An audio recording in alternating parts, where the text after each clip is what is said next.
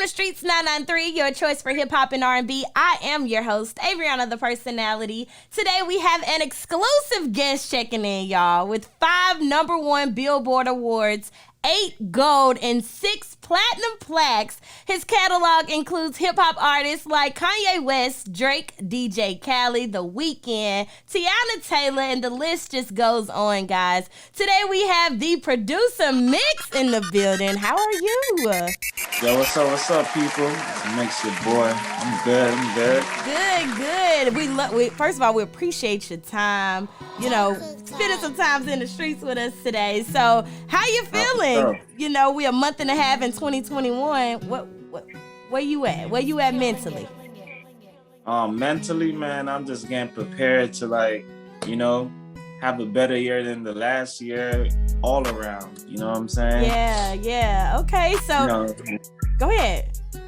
Now I'm saying a lot of us was like stuck in the house, you know what I'm saying? Had to work from home and stuff, so just getting back to it. Getting back outside. Yeah. Okay, so getting straight into it, tell us how you got started in your engineering and production. As a young kid, I always liked music because a lot of my family did it. Mm-hmm. And my cousins, they really had a studio in South Beach, Miami, Florida. Mm-hmm. And I'll go down there 14, 15 years old, you know what I'm saying, start playing around with stuff. And I brought one of my homies from school, mm-hmm. and just started producing him, and I just never stopped from there. Then I started DJing and stuff like that. Uh-huh. And then once I got older, I started bringing other clients to another studio in South Beach and just started making relationship with people. That's where I met Tiana, French Montana, mm-hmm. And a lot of people, Gotti, a lot of people down there, and built a relationship from there. That's what's up. So at what age was this? Because is this straight out of high school, college, or what we at? As far as straight out of high school, I was mainly working with all my high school friends and stuff, mm-hmm. like that. 1 or 2 big artists in Jamaica and stuff. And then influence. I did go to Full Sail, and after Full Sail, probably, I don't know, early 20s. That's when I started dabbling in the major industry. Yeah. So what about music that, excuse me, let me get my questions out. What about music was it that made you be like, this is my thing, this is my passion, this is what I want to go for? Word, I don't know. It was it was fun for me. You know what I'm saying? I love the creation of it. Yeah. You know, listen to music back then, you know, I grew up in a Jamaican culture. It's all about music, mm-hmm. dancing and stuff. Yeah. So when I finally got in the studio,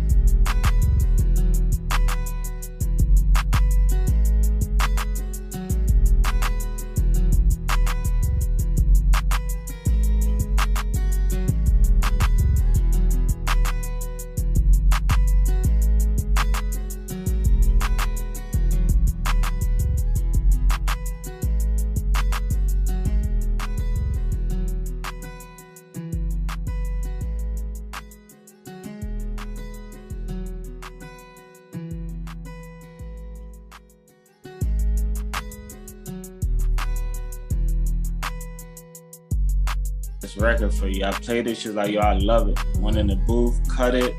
And that was my first placement, yo.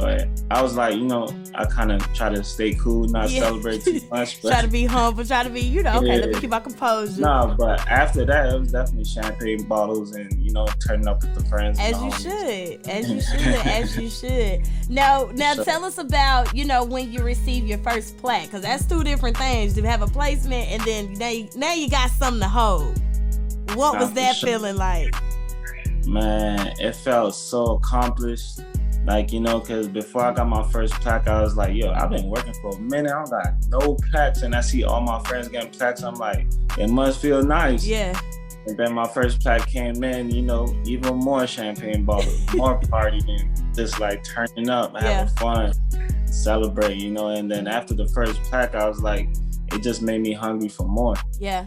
And I know, like, with your culture, like you said, you know, you're used to partying and celebrating and dancing and just living life fully every day. So I know when that plaque came in, you was on 10. No, for sure. I was on 10. So out of, you know, the long list, you know, that you've been able to work with of artists in the industry, tell us who was your favorite or some of your favorites and why.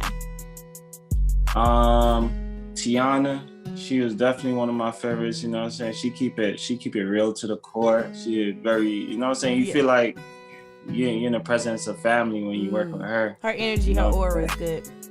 Yeah, you know what I'm saying? And real talented artist. I worked with Pharrell a couple of times, you know what I'm saying? Creative genius, you know what I'm saying? Kanye, creative genius. My favorite part of working with a lot of these legends is learning. You know what I'm saying? I learn a lot when I work with different legends, and I use that and apply to what I do on a day-to-day basis. That makes me better. Right. I love that. So, you know, as a super producer, we thought it was only right to get some rules of the studio and what you deem proper etiquette, you know? Word. So, you ready for these questions? Let's get it. Okay. First question. What are the do's and don'ts when it comes to the studio? Oh, man. All right. Don't be talking the whole session away. I don't work with people who sit here and talk for like 10, 11, 12 hours and they do it again. It's like, yo, the A&R hit me up like, yo, we ain't getting nothing done. Like, what's going on? And it's just like, yo, the artist is not focused. You know what I'm saying? Playing video games. You know what I'm saying? Like, it's cool to like relax sometimes, but like excessively is a no-no. Man, what else? That's like a real core to me because I experienced that. Yeah. So coming in, not doing too much talking, but actually using the time that you booked to do some work. Yeah, because a lot of these studios like $1,200 for the night. You know what I'm saying? So what we doing? We go back to the crib and do that. Do that. Period. I'm on that. What you saying? You feel me? Yes. Yeah. So, what are some do's? What are some things that, you know, you in particular do like when coming into the studio, you like to be presented with? I like, definitely focus, good energy. You know what I'm saying? Like, gotta have good energy because you create music. So, like, if somebody come to the studio with bad energy, throw off the day, you know what I'm saying? It's gonna ruin everybody's mood. And I'm like, all right, what happened? What happened today? You know what I'm saying? So like good energy for sure. You know what I'm saying? And just come with some creative ideas and just grind. Like the grind. I love the grind. Okay. What would be the major reason to go to a professional studio over a home recording session? What is the difference about the room? Like what makes that difference? Be honest with you, the only difference would be quality. But like you can be at home nowadays and like you can make it smash. You know what I'm saying? You can make a hit. But like I always say, like if you have a smash and great quality, it's like overall that's like the best thing you could get. You know what I'm saying? So like I think that's the best thing you could get from a major studio is just great quality. Like we got like an SSL board in the major studios, and like I run music through there, like a mix on there. You know what I'm saying? Most major mix engineers, they will mix on the board, and it just gives you it's like night and day quality. Yeah. That's the only thing I think is quality, but you can build a vibe anyway. Okay, so y'all don't have to spend $100. You know what I'm saying? No. You can make a vibe anyway, and this is coming from a vet. So just trying to drop those gems in there. Now, what makes a good song? Oh man, all right. So like an amazing song, I would say, all right, the lyrics is on point. Okay. The beat is on point. Okay. You know what I'm saying? You can feel it. You can feel both the lyrics and the beat. Everything they saying is on point. Then you got the delivery. How the artist hopping on the track. You know what I'm saying? The whole delivery. Because like you could have solid lyrics, solid beat, and the artist just can't deliver it. Yeah. And you just as a fan or a listener, you can't feel it. You be like, man. What is this? Yeah. But like delivery, once that is on point, is everything. And of course, like, you know what I'm saying, decent quality so we can hear it and not hurt our ears and mess the speakers up. And I think that'll make a dope song. Smash. Okay. Last question. Any advice for upcoming producers when it comes to that studio? When it comes to the studio?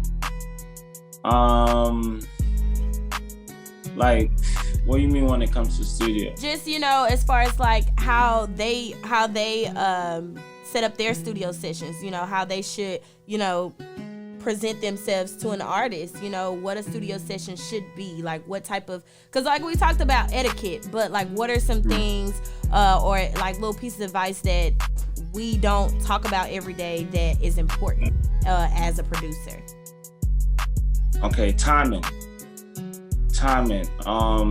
Knowing the vibe, knowing the right moment, and not holding back. So there'll be times like you could be in the studio with a major artist you never worked with. It could be the first time you're about to work with a major artist, and it could be another producer in the room, you know, that's even bigger than you. And like if you overstep your boundaries, they might not mess with you after that. Yeah. But like if you really like master your timing and like you gotta be aggressive too. So like when I first started getting a lot of placements, I just be kidnapping the aux cord. The moment it get quiet, producer ran out of beats or whatever, I just be like, yo, I got some heat for you. You feel me? Yeah. And at that moment, make sure, you know what I'm saying, you playing heat. Yeah. Make sure you don't waste the time. Don't mess that opportunity up. Make sure you playing heat. Preparation meets opportunity is success. So I think that's like the key for like upcoming producers. Just never give up. You know what I'm saying? Make quality music, and you'll definitely reach where you want to go. Yes, Mixx. Okay, one last fan question, and because I know you gotta go. Sure. Okay, they wanted to know, the people wanted to know creatively how you came up with the beat for the single "Slide" by French Montana featuring Blueface and Lil TJ. Like everybody wants to know, what were you thinking when you went into the and you create that and you produced that beat? Man, that beat it took like, to make the official idea, it was like 15 minutes. It was real fast. Y'all see what 15 minutes can do for you? Do y'all see? Okay. Nah, for sure. My homie Ashley, he gave me a loop. It's on thumb thumb thumb. I was like, yo, it's cool. He had a few things on it too. I muted everything. I just took that piece, chopped it, and just started adding the drums and the bass and stuff. And then after that, I brought it to French. And he made some strip club song to it, like just some street song to it. And then like probably like 2 weeks later, we had Blueface. We had Lil TJ in the studio, and he was like, "Yo, play that beat that I did that song to." And I played it, and TJ went in the booth And French went in the booth with him. They just started sliding. And then how did Blueface get added? That was probably like a week after Blueface came to the studio and was like, you know what, let's put him on slide. He went in the booth and started sliding. 41 million views on YouTube, guys. Yeah. So that, you know what I'm saying? Then we added the Dr. Dre sample after everything was done, and that's how that was created. It was just created out of number of fun, tell you the truth. That song, it was like, it wasn't that much effort. It was just mostly fun and enjoying. Pure. Yeah. Mixx, we thank you so much for your time. Before you go here, Streetz 993. Thank you for having me. No problem. We always like to host a space for our guests to manifest and affirm things for themselves. So in the next 6 months, tell us 2 things you would like to manifest for yourself. Got this new French Montana album coming out, and I want to work with a lot of up and coming artists. You know what I'm saying? So if y'all listening, y'all got dope talent, you know what I'm saying, hit me up. I definitely about to start a label. Straight manifesting right now. You know what I'm saying? As you should. Start a new label, new production company, and build a new studio. Stuff like that. You know what I'm saying? Just upgrade the grind. Yep. Okay, so it is. So we getting a record label. We're working with some more upcoming artists, y'all. He's literally offering his platform. Make sure you guys tap in. Let us know how we can continue to keep up with you on social media and how we can continue to stream your music that you're making for these dope artists. Nah, for sure. Follow me on Instagram at Mixx Production, MIXX Production, Twitter Mixx_production, and that's it. Really, Facebook, same thing, Mixx Production. All platforms is the same thing. Just follow me, you know what I'm saying? Hit me up and just continue to stream the stuff. I'm always posting links. Always putting stuff on my website, mixxproduction.com. You can see the new stuff that's dropping and, keep in touch. All right, y'all. That was Mixx the producer on Streetz 993. Gang.